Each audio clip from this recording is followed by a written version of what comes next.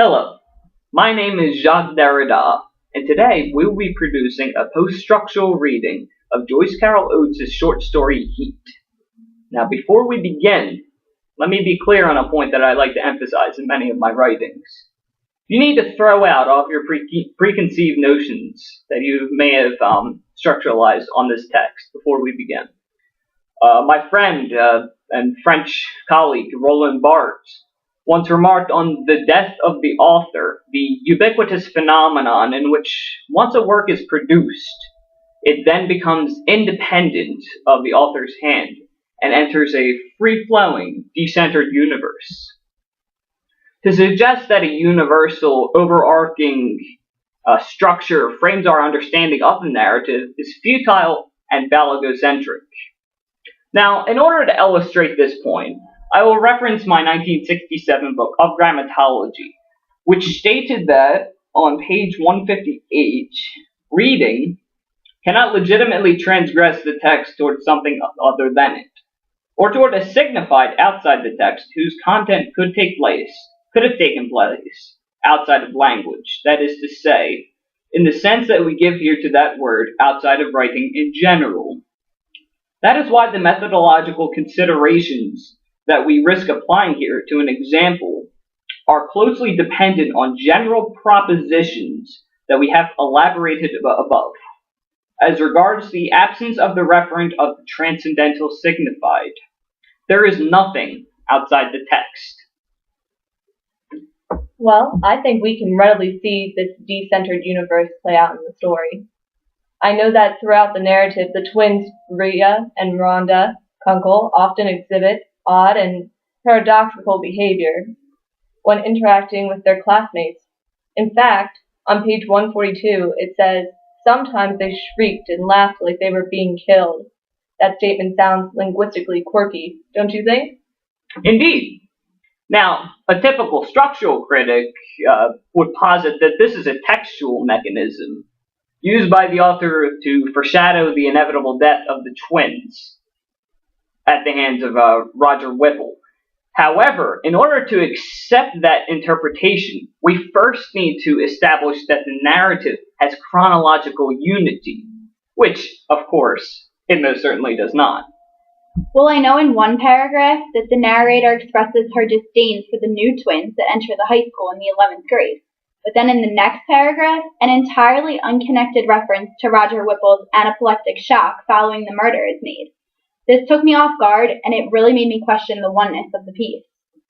Actually, now that you say that, it makes me think of another example on page 143, in which a shift and break occurs when a humane and gentle depiction of Roger Whipple gives way to the isolated statement, "Sucking ice, the cold goes straight into my jaw and through the bone." Immediately after that, the tone abruptly changes, and the text reads, "People spoke of them as the Kunkel twins." Then the lack of unity in the piece is quite apparent, it seems. If we may return to the odd and counterintuitive behaviors of the twins that you brought up earlier, we may be able to see our own societal structures brought into question on the textual level of analysis that we're about to employ.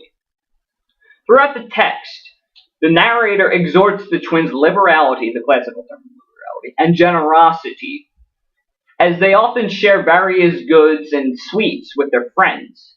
However, when confronted with the theft of stolen goods by a figure of authority like their grandmother or a schoolteacher perhaps, the twins would laugh and give the sweets back, as if the scheme was all some sort of game.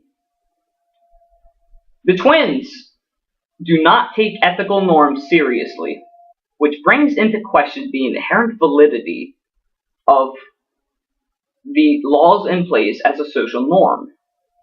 My countryman from the 1700s, Jean-Jacques Rousseau, once theorized in the social contract that laws are only effective insofar that the people that they govern agree to them. Beyond this contractual consent, laws and ethics are essentially arbitrary and are not universal by any means.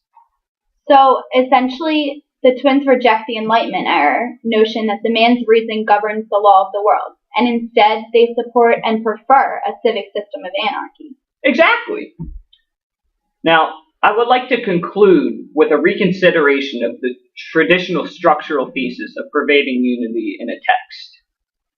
We exist on a decentered universe, and the supported connections that tie everything together are incredibly difficult to find, if possible at all. Unity in this text is even rarer. If you noticed, on page 147, the text reads against itself yet again when the narrator states that the girls, that is, the girls surrounding the narrator, actually liked the fact that the twins were killed and everyone was talking about it in the paper. But the girls did not like the fact that the twins were dead. Now, perhaps this elucidates the two coexisting realms of the Freudian concept of the psyche. The human id has an inherent disposition for violence, murder, and primeval behaviors, but the alternate and coexisting superego exhibits the human want for love and companionship. If so, then the decentered universe that is readily apparent in Heat extends to the very realms of our own minds. Thank you for your time.